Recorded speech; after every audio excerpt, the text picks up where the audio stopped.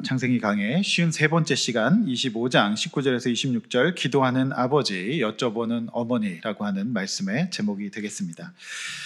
인간이 역량이라는 게 있는데요, 두 가지 요소의 역량이 있다고 교육학자들은 이야기합니다. 첫 번째는 인지 능력이죠. 한마디로 공부입니다.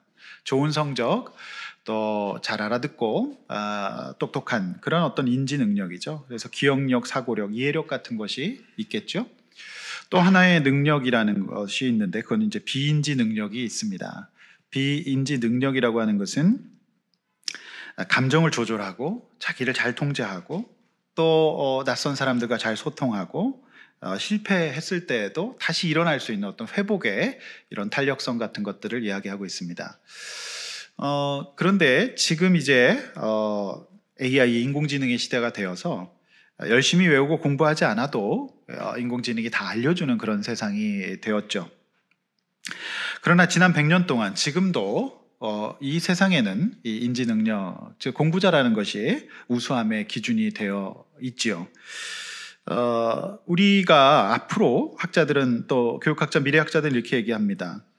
교육이 좀 변해야 되는데 계속해서 언어와 수학 위주의 교육을 하는 것은 이렇게 표현하고 있어요. 불도저가 밀려오고 있는데 아직도 삽질하는 방법을 열심히 가르치는 것과 마찬가지다. 삽의 크기와 종류를 따지거나 삽날을 땅에 밀어넣는 효율적인 각도 따위를 암기할 때가 아니라 어쩌면 삽을 던져버리고 이제는 그 불도저를 사용할 수 있는 잠재력과 역량을 키워야 된다. 이제 그런 말을 하고 있는 것이죠. 오늘 본문에 이삭과 리브가의 자녀들인 에서와 야곱이 등장합니다. 고대 사회에서 인지 능력이 뛰어난 것으로 인정받았던 자녀는 단연 에서입니다. 씩씩하고 힘 좋고 그 다음에 수렵과 채집의 시대에 너무너무 그걸 잘하는 엄친아가 바로 에서가 되겠죠. 반면에 야곱이라고 하는 이 둘째 아들은 약해서 집안에만 있고 밖으로 나가지 못하고 이렇게 뭐 요리 같은 거 좋아하고, 다음 주에 제가 말씀 전하겠지만은 이 야곱의 취미는 요리였습니다. 그래서 요리하고 뭐 이렇게 얘기 듣는 거 좋아하고 그 다음에 이제 사람을 이용할 줄 아는 뭔가 이런 좀 이런 비인지 능력을 가지고 있었던 사람이라고 보여집니다. 하나님께서는 우리가 볼 때는 에서같이 훌륭하고 힘좋고 똑똑하고 굳센 아들이 쓰임받으면 좋을 것 같지만 하나님께서는 이 야곱을 그 언약의 자손으로 택하셨던 것이지요. 사랑하는 성도 여러분, 우리는 지난주에 믿음의 조상 아브라함의 죽음과 그가 죽음을 앞두고 무슨 일을 했는가에 대해서 말씀 나눴습니다. 잘 정리하고 서자와 적자, 아들과 딸을 차별하지 않고 구별 없이 나누어주고 축복해주는 말씀을 들었습니다. 그래서 자손들이 이후에도 꾸준하게 신앙생활 잘할 수 있는 시험이 없는 구조를 마련해 주었죠. 재산 소송 전문 변호사들의 말에 의하면은 재산이 2천만 원이 넘으면 반드시 소송이 일어난다고 합니다. 그 기준이 2천만 원입니다. 2천만 원 이상 갖고 계신 분들은 정리를 잘 하셔야 되겠습니다. 흥미진진한 족장의 역사가 이어지고 있는데 이제 아브라함의 시대가 끝나고 누구의 시대가 오죠? 이제 야곱의 시대로 넘어가는 중에 있습니다. 그 양육 과정은 아니고요. 이제 임신과 출생 과정의 이야기. 원래는 제가 34절까지 다루려고 했는데 다룰 양이 너무 많아서 오늘 출산까지만 다루도록 할 텐데, 임신과 출산의 과정에서 어떤 일이 일어났을까요? 이것이 오늘 우리가 살펴볼 두 가지 주제가 되겠습니다. 자, 본론입니다. 첫 번째, 여호와께 기도하는 아버지 이삭을 19절에서 21절에서 보실 수가 있습니다. 자, 19절, 아브라함의 아들 이삭의 족보는 이러하니라 라고 되어 있습니다. 창세기는 톨레도트, 족보의 구조로 이루어져 있습니다. 이 창세기가 그냥 스토리로 되어 있는 것 같지만 족보가 군데군데 들어가 있어서 프레임의 역할을 하고 있습니다. 이 족보가 의미하는 것이 뭡니까? 가정이죠. 자손이죠. 그래서 하나님께서는 가정, 즉 족보를 구원의 통로로 사용하시는데 나뿐만 아니라 대대로 그 족보를 통하여서 하나님의 언약의 축복을 이어가신다는 말씀이지요. 자, 20절, 그가 40세 리브가를 맞이했습니다. 그리고 리브가의 가족들이 소개됨으로 말미암아서 이 결혼이 다른 어떤 조건보다도 믿음으로 된 결혼, 제대로 된 결혼, 신앙의 가치를 중심에 놓은 혼인이었다는 것을 밝혀주고 있는 것이죠. 믿음의 족보가 이어지려면 이처럼 반드시 믿음 안에서의 결혼이 있어야 됩니다. 아브라함의 말년에 그가 그토록 신중하게 생각했던 이삭의 믿음 안의 결혼, 믿는 며느리를 택하는 것이 얼마나 중요한지를 보여주고 있는 것이고, 그 결과가 리브가의 가족들을 밝힘으로 말미암아서 믿음의 자매라는 것을 보여주고 있는 것이죠. 따라서 결혼을 하지 않으신 분들은 꼭 믿음으로 가장 중요한 배우자 선택의 기준을 삼으시기를 바랍니다. 아멘을 아무도 안 하는데, 네, 정말 결혼 잘해야 됩니다. 정말 중요한 겁니다. 우리 결혼하신 분들 그렇게 얘기해드리고 싶으시잖아요. 믿음 안의 결혼이 정말 중요합니다. 그런데 이제 결혼하신 분들 중에 불신 결혼을 이미 하셨다면 배우자의 구원을 위해 최선을 다하시기를 바랍니다. 또 내가 그렇게 하지 못했을지라도 내 자녀라도 믿음의 결혼을 하도록 기도하시고 노력하시는 것이 여러분의 사명인 줄로 믿습니다. 자, 21절. 우리는 그동안 이삭과 리브가의 결혼 과정을 5편의 설교를 통해서 들으셨어요.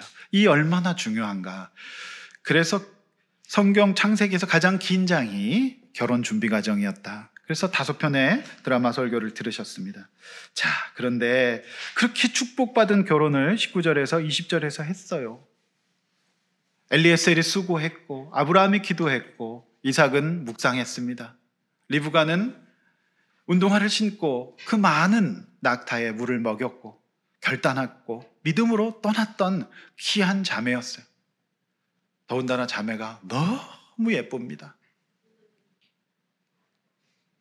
어머니 사람만큼 예뻐요. 그래서 어쨌든 너무 축복의 결혼이었어요. 그리고 또 다행히 집에 딱 시집을 와왔더니 완전 부잣집이네. 그리고 더 놀라운 축복은 시어머니가 돌아가셨네. 네, 그리고 아버지는 너무 잘 사네. 이 둘이 너무 행복한 구조예요. 거칠 것이 없는 정말 이제 펼쳐진 축복, 행복의 인생. 남편이 너무 사랑해주고 또 아내는 너무 고마워서 먼 길 떠난 그 자매였는데 내가 시집을 잘 갔구나 이런 생각이 들면서 너무 행복한 인꼬 부부가 바로 이 부부입니다. 자, 그런데 이들이 아이가 생기지 않습니다. 26절에서 이삭과 리브가가 야곱을 낳았을 때 몇 세라고 기록되어 있죠? 60세. 그러면 몇 년 동안 아이가 안 생긴 겁니까? 무려 20년 동안 아이가 안 생긴 거예요. 여러분, 이걸 어떻게 우리가 봐야 될까요? 너무 행복하고 축복된 결혼을 했는데 20년 동안 아이가 생기지 않아요. 당시 고대 사회에서 특별히, 지금은 여러분 출산율이 우리나라가 큰일 났는데 0.7명입니다. 0.7명은 전시 상황입니다. 그렇게 개인주의화 되어 있다는 유럽도 1.5명에서 1.7명 정도 된다고 해요. 사실 인구학자들과 미래학자들은 대한민국은 망했다라고 얘기를 하기도 해요. 큰일 난 겁니다. 0.7명은. 전쟁 상황에서 0.7명이거든요. 지금도 그런데 여러분, 이 고대 사회에서 자손이 없다는 것은 취직이 안 되는 것과 똑같고 학교를 못 가는 것과 똑같고 아무것도 못하는 그런 절망을 뜻하는 상황으로 볼 수가 있는, 굉장히 어떻게 보면 불행의 구조라고 할 수가 있는 것이죠. 지금은 아이가 없는 집이 많지 않습니까? 그런데 그 당시 고대 사회에서 20년 동안 아이가 안 생긴다는 것은 굉장한 스트레스고 굉장한 불행이고 가정이 깨어질 정도로 힘든 사건이다. 그래서 우리가 알다시피 믿음의 조상 아브라함은 그때를 못 견디고 하갈을 취하지 않았습니까? 그런 걸 보면 정말 이 집에 이런 상황이 왜 벌어졌을까라는 생각을 하게 돼요. 불행할 만도 하고 다툴 만도 하고 서로를 탓할 만도 하잖아요. 그런데 이 집이 이런 어떤 불행을, 다른 사람들은 불행하다고 얘기할 수 있는 이 상황 가운데 제가 볼 때 오늘 본문에서 불행의 요소가 보이지 않아요. 이 집은 지금 행복을 유지하고 있습니다. 어떻게 그럴 수 있었을까요? 이제 지난주 독서 모임에서 책 한 권을 뗐는데요. 우리 연세대 김주환 선생의 회복 탄력성 마지막 장을 읽었습니다. 거기에는 이런 글이 있었습니다. 행복은 능력이다. 즉 얘기해서 행복은 외부 상황의 조건에 따라서 있었다 없었다 하는 게 아니다. 아기가 생기고 아기가 나오고 또 아이가 공부를 잘하고 또 내가 승진하고 또 내가 더 연봉이 올라가고 내가 투자한 주식이 올라가고 이런 것에 있어서 또 좋은 집에 살고 좋은 차를 타고 이런 것이 행복의 조건이 아니고 내가 내 마음판에 이미 행복은 결정되어 있다고 얘기를 해요. 그래서 그게 결정되어 있는 사람들, 그걸 잘 관리하는 사람들은 자기관리 능력인데 어떠한 상황 가운데서도 행복을 유지할 수 있다라고 말합니다. 요즘에 심리학계에서 이제 하버드 대학의 데니얼 길버트라고 하는 교수가 굉장히 핫합니다. 근데 이분은 재밌는 연구를 굉장히 많이 했고요. 일반 사람들도 쉽게 이해할 수 있는 현실적인 연구를 많이 한 걸로 유명합니다. 근데 이분의 삶이 제가 관심이 가져지는 게 이분의 삶이 굉장히 불우했어요. 잘 돌봄 못 받았고 방황을 엄청 해서 이분이 10대 때 19살에 아이를 낳습니다. 비행 청소년이었죠. 공부는 당연히 안 했고 헤매는 삶을 살다가 미국에는 이제 커뮤니티 칼리지라고 있습니다. 그냥 동네 사람들 와서 공부할 수 있는 곳에서 이제 선생님 만나고 이제 상담받고 케어받으면서 이분이 자신을 조금씩 해석하기 시작해요. 늦게 깨달은 이분의 학습 능력은 대단했습니다. 공부하기 시작했고 발전하기 시작했고 성숙해지기 시작해서 결국에는 지금 하버드의 교수까지 된 입지전적인 인물이 되겠습니다. 근데 이분의 연구 주제가 굉장히 흥미로운데 행복의 조건, 그러니까 행복에 대해서 연구를 주로 많이 하셨어요. 왜냐하면 본인이 불행했다라고 생각했으니까요. 미국에서는 이제 대학교 교수님들이 테뉴어라고 해서 정년 보장 심사가 굉장히 중요합니다. 그게 까다롭기로 유명하고요. 거기 통과가 안 되면은 학교를 나와야 되는 겁니다. 그래서 이분이 테뉴어 심사 대상자들을 대상으로 연구를 했어요. 자, 어떤 분들은 훌륭하게 연구하고 논문을 내고 강의 업적 평가 받아서 통과한 분도 계셨을 거 아닙니까? 그리고 또 불행히도 조교수에서 그만하고 떨어져서 학교를 나와야 되는 분들도 있었다고 해요. 그런데 우리가 생각할 때는 합격한 분들은 평생 직장을 보장받고 명예를 보장받았기 때문에 정말 행복할 것 같죠? 그런데 이분의 연구 결과는 놀라웠습니다. 그 행복이 오래가지 못하더라. 나아가서 떨어지신 분들도 일정한 시간이 지나면 이전 행복 수준으로 다시 올라오더라.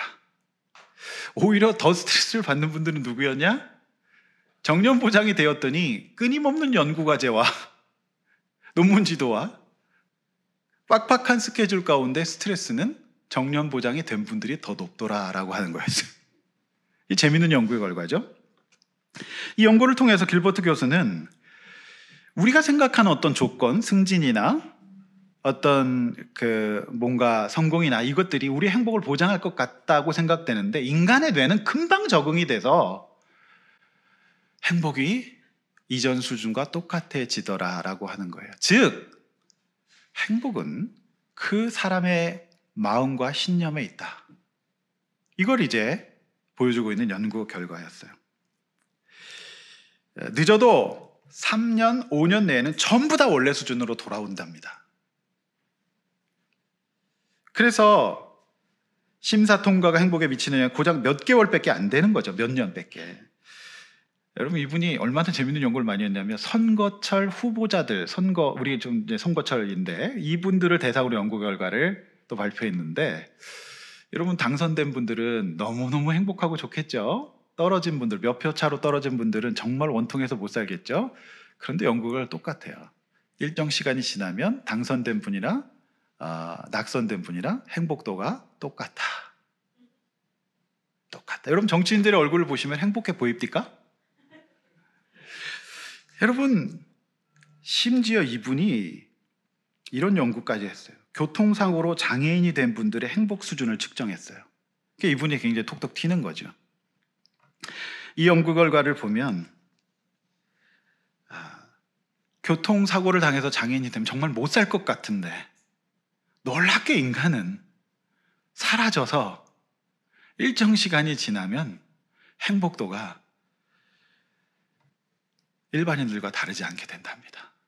저는 요즘 마가복음을 보면서 바디메오가 살아있을 수 있었던 이유가 이거였다는 것을 알게 됐어요. 못 보지만 듣는 것으로 행복도를 유지했던 거예요. 여러분, 저는 이런 연구 결과들을 볼 때 굉장히 흥분되는데요. 내가 믿고 있는 말씀, 내가 믿고 있는 신앙이 이 성경이 진짜 진리구나.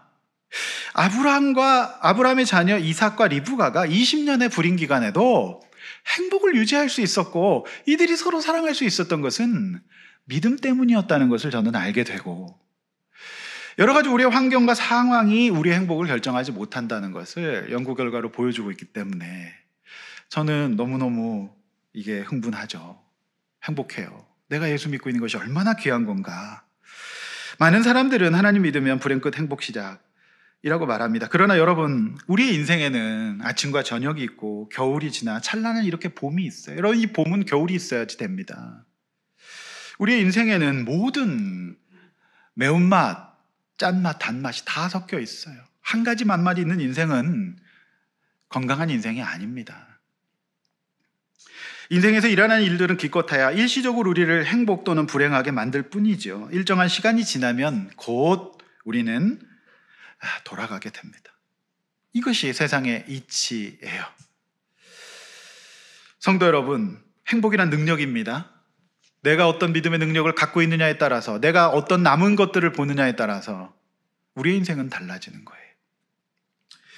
여러분, 이 설교를 듣고 계시는 분들 가운데 이삭과 리브가의 경우와 같이 순조로운 임신과 출산을 못 하시는 분들도 계실 거고 반대로 잘 하신 분도 계실 겁니다. 그러나 여러분, 결혼하셔서 임신하고 출산 잘 하신 분들 잘 생각해 보십시오. 자녀를 낳은 행복감이 언제까지 가든가요? 그래서 세상 사람들은 자식이 왼수다, 무자식이 상팔자다 이런 얘기를 하기도 하지요. 그러니까 이 이삭과 리브가는 이 문제가 지금 아프고 힘든 문제인 건 분명해요. 하지만 그 문제를 갖고 믿음의 신념을 잃지 않고 언약의 말씀 붙들고 승화시키고 있는 거죠. 제가 볼 때는 살짝쿵 무자식이 상팔자일 때가 꽤 많아요. 그렇지 않나요? 지금도 너무너무 우리 자녀들 예쁘십니까? 예쁘죠? 예쁘기는 한데 그 가운데에서도 또 스트레스가 발생할 수밖에 없기 때문에 조건 자체가 우리 행복의 기준이 될 수는 없다는 말씀이다 라고 하는 겁니다. 여러분, 내가 사건을 해석하는 좋은 틀과 포기하지 않는 대처 방법을 가짐에 따라서 우리의 행복은 보장됩니다. 자, 리브가가 이삭이 어떻게 하는가? 자, 21절 봅니다. 분명히 아버지 이삭이 아내가 임신하지 못하는 것을 놓고 뭘 합니까? 여호와께 간구했어요. 서로를 탓하거나 미워하거나 정죄하지 않고 여호와께 간구했어요. 근데 그 간구의 기간이 몇 년이었습니까? 20년짜리 기도였어요. 여러분, 제발 20분 기도하고 기도했는데 응답 왜 안 하시냐고 얘기하지 마십시오. 언약의 축복, 언약의 자손은 이처럼 20년의 기도. 그런데 저는 이들 부부가요, 지난주에 제가 말씀드렸지만은 그의 아내 리브가를 너무 사랑하고 아내는 남편을 너무 위로했어요. 정말 인꼬 부부였어요. 그래서 이 부부가 보여주는 측면은 뭐냐면, 제가 볼 때는 이 이삭은 그의 아버지 아브라함보다 이 측면에서는 더 성숙했어요. 아버지 아브라함은 어떻게 했어요? 하가를 취했잖아요.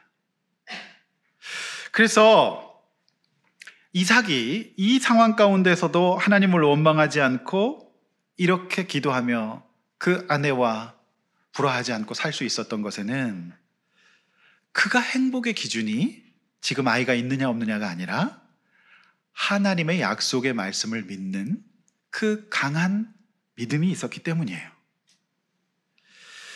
여러분, 이삭은 자라면서 내내 귀가 따갑도록 들었던 말이 있어요. 그건 뭐냐면, 이삭아, 내가 너로 하여금, 너의 자녀로 하여금 수많은 민족과 하늘의 별과 같은 자손을 줄 것이라는 말씀이었어요. 근데 여러분, 이삭이 이 말씀을 들었지만 20년 동안 아이가 생기지 않는 이 상황 가운데에서 왜 갈등이 없었겠습니까? 행복은 능력이라는 게 뭡니까? 내가 뭘 보고 뭘 선택하느냐예요.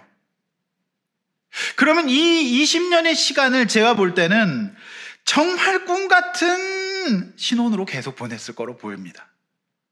다투거나 싸우지 않고 말이 없는 게 아니라 서로를 아끼며 사랑하며 위로하며 그리고 열심히 기도하며 살았을 겁니다. 그게 바로 믿음의 사람이 가질 수 있는 행복인 것이죠. 여러분, 이렇게 많이 들었던 말씀이 사실 확정되었던 경험을 어디서 합니까? 모리아산에서 합니다. 그때 이삭은 죽을 뻔했거든요. 그러니까 이 생사화복을 주관하시는 하나님이 계신다는 확신이 그 모리아산에서 이미 확인해서 자기는 묶였거든요. 그리고 아버지가 부활할 거다라는 것을 말했기 때문에 그걸 믿고 가만히 있었어요. 노인네가 밀치고 도망갈 수 있었는데 딱 묶여 있었거든요. 그러니까 여러분, 이삭이 이 20년의 기간을 못 기다릴 이유가 없습니다. 그는 하나님의 언약의 말씀 딱 믿고, 제가 볼 때는 거의 뻔뻔할 정도예요. 주시든지 말든지, 안 주시면 하나님 손해지, 뭐 이런 태도로 그렇게 살아가면서 시간을 정말로 꿈만 같은 세월을 잘 보낸 거죠. 여러분, 이것이 믿는 사람에게 주신 축복인 줄로 믿습니다.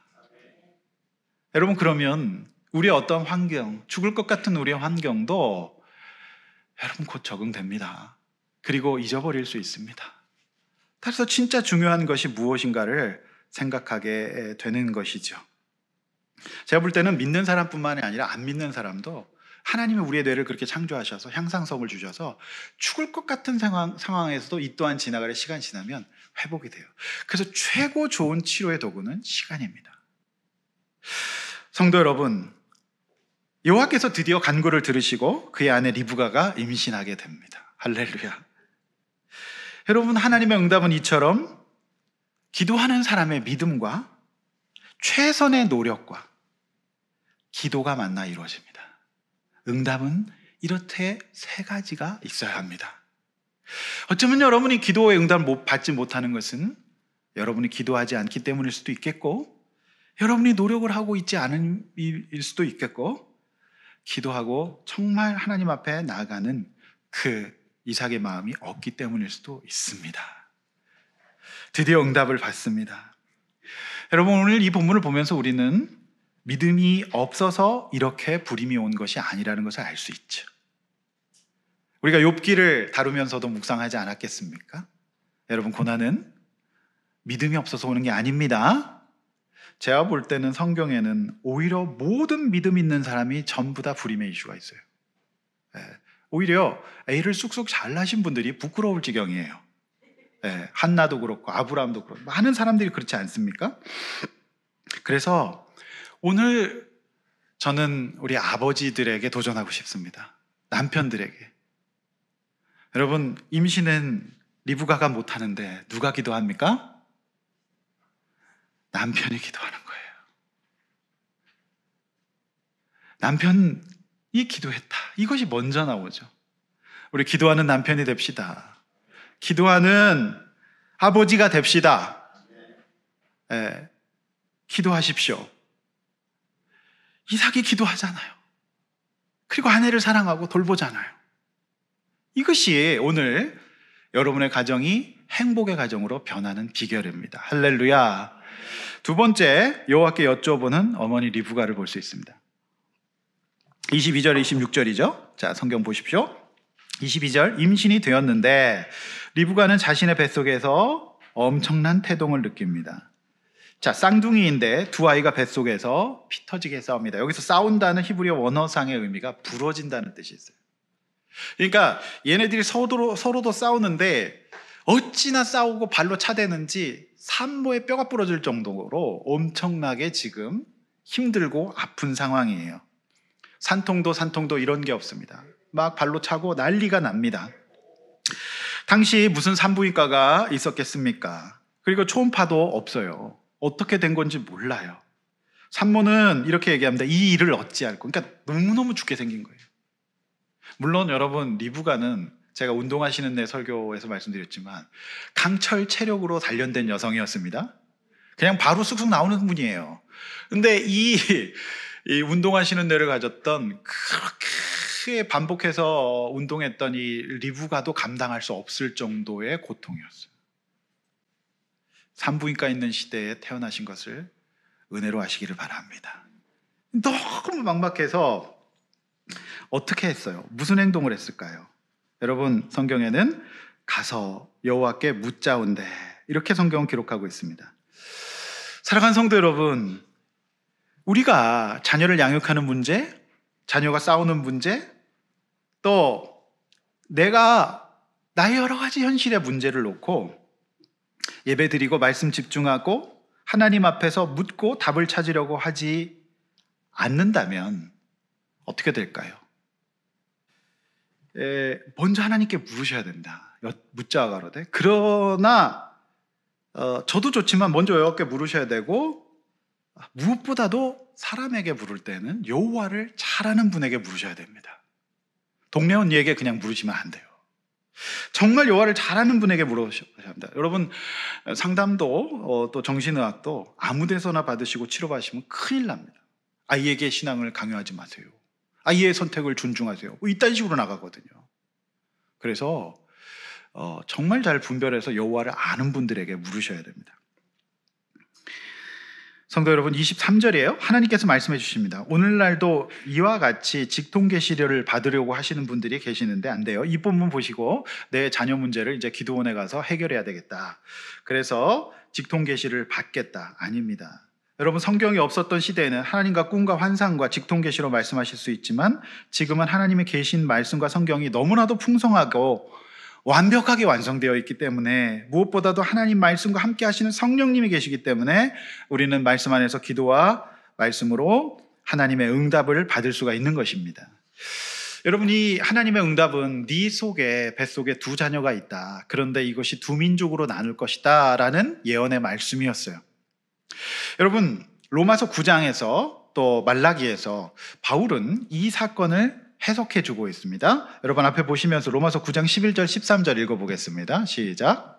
그 자식들이 아직 나지도 아니하고 무슨 선이나 악을 행하지 아니한 때에 택하심을 따라 되는 하나님의 뜻이 행위로 말미암지 않고 오직 부르시는 이로 말미암아 서게 하려 하사, 12절까지 13절까지. 리브가에게 이르시되 큰 자가 어린 자를 섬기리라 하셨나니 기록된 바 내가 야곱은 사랑하고 에서는 미워하였다 하심과 같으니라. 네, 앞에 보시고 이 로마서 9장은 하나님의 주권을 설명하는 대목이에요. 이 얘기는 무슨 얘기냐면은 우리가 볼 때는 에서가, 이런 너무너무 자랑스럽고 어딜 내놔도 부끄럽지 않은 에서가 이 어떤 역할을 해줬으면 좋겠는데, 당시에 특별히 장자권은 굉장한 권세가 있었기 때문에 장자권은 보통 권세가 아니었습니다, 고대 사회에서. 그런데 하나님께서는 고대 사회의 이 틀을 깨시고 둘째가 그 역할을 할 것이다 라고 말씀하시는 거예요. 물론 에서와 야곱 둘 다 연약합니다. 야곱 살짝 사짝기가 있습니다. 그래서 둘 다 연약하지만 하나님께서는 당시의 틀을 깨시고 장자가 아닌 야곱을 후사로, 믿음의 후사로, 그 언약의 후사로 삼으시겠다라고 하는 말씀이었어요. 우리가 볼 때는 에서 같은 자녀가 참 자랑스럽고 이 자녀가 할 수 있을 것 같지만, 연약한 야곱이 그 일을 해서 발을 잡고 나오게 될 것이다, 그래서 장자권을 얻게 될 것이다 라고 하는 약속이에요. 근데 여러분, 이게 왜 그럴까? 이건 하나님 주권이기 때문에 우리가 설명할 수 없어요. 여러분, 저는요 삼형제 가운데 태어났는데 막내로 정말 제가 힘들었던 게 뭔지 아십니까? 저희 누나가 공부를 잘하는 고난이었어요. 미칩니다. 이거 잘하는 게 보통 잘하는 게 아니라 전교 1등을 해버려요. 그리고 약대 가서 의사랑 결혼합니다. 그런데 하나님께서 우리 집에서 왜 나를, 방황했던 나를 목사로 삼으셨을까요? 이건 하나님의 주권 사항이에요.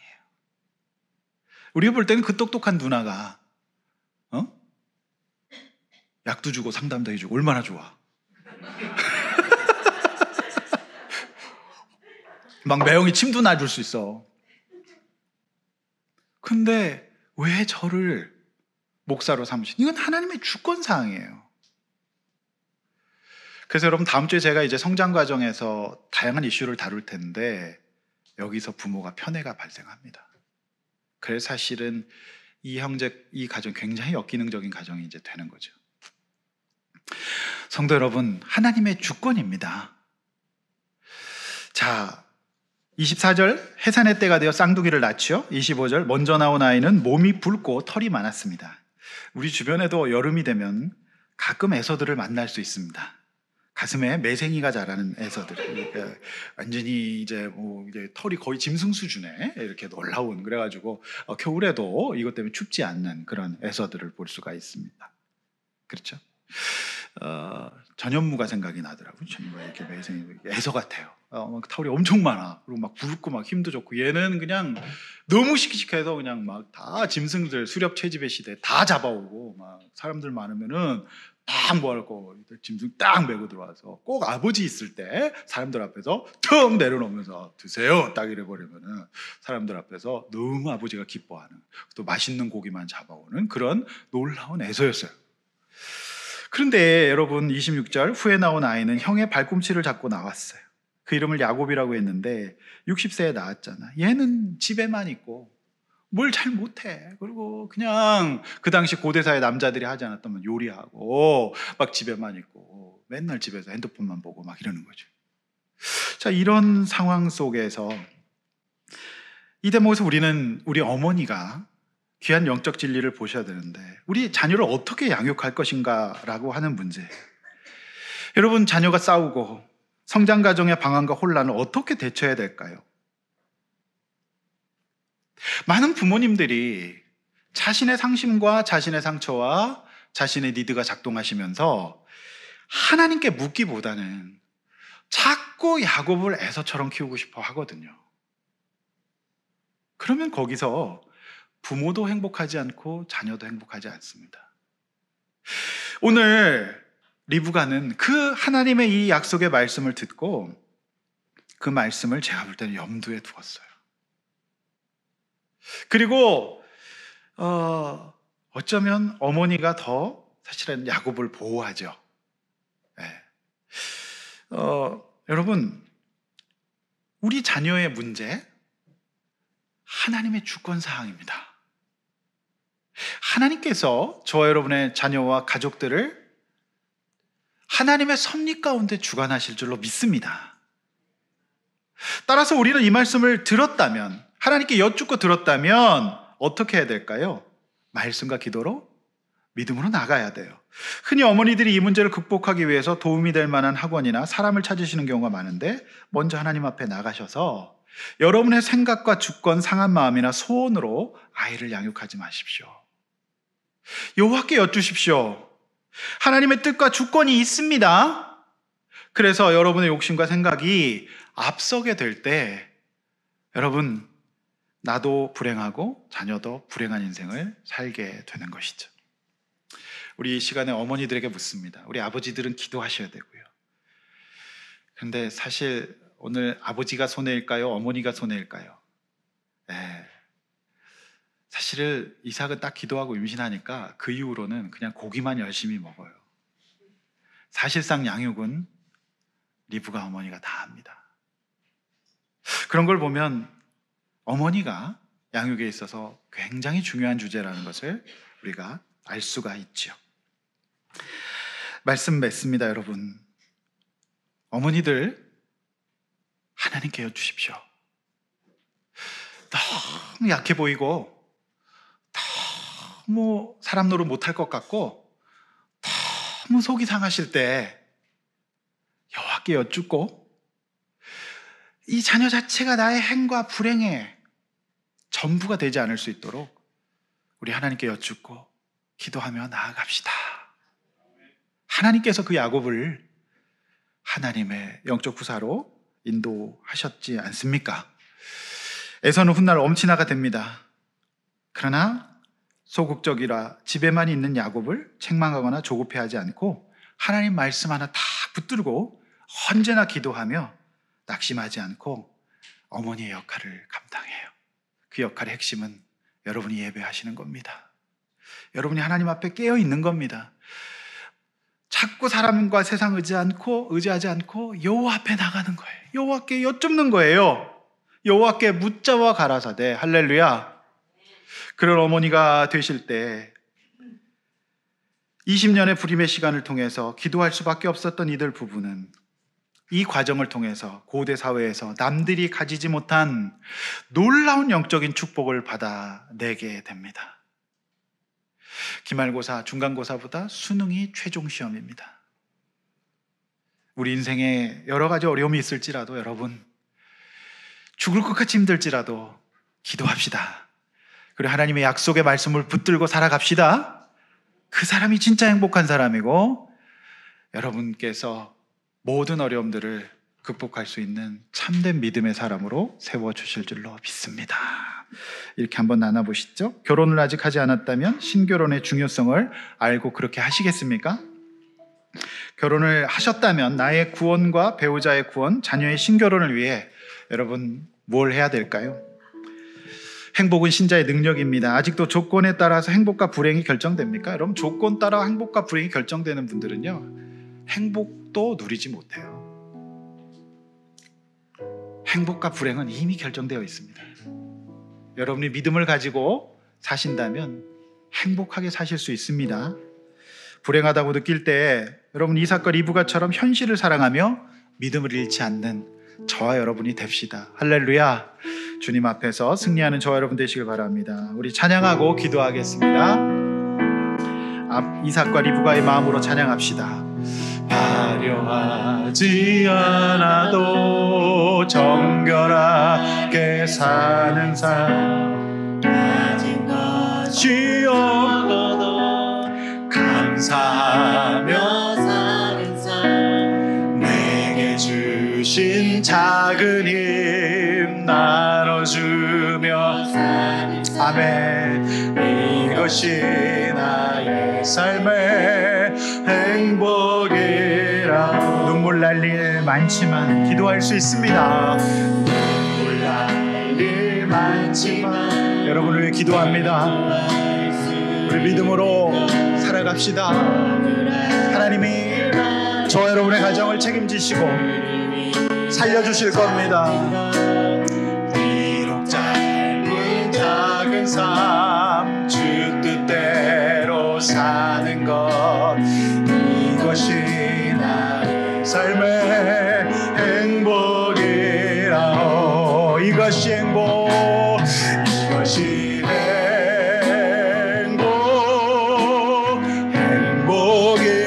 행복이라오.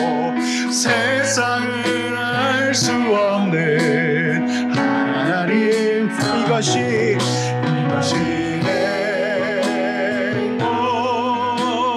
행복이라. 하나님의 자녀로 살아가는 것, 이것이 행복. 우리 시간에 하나님 앞에 손을 들고 찬양합니다. 네, 하나님, 나의 인생에 행복의 능력을 주시옵소서. 믿음으로 기도하게 하여 주셔서 기어코 응답받게 하여 주시옵소서. 임선물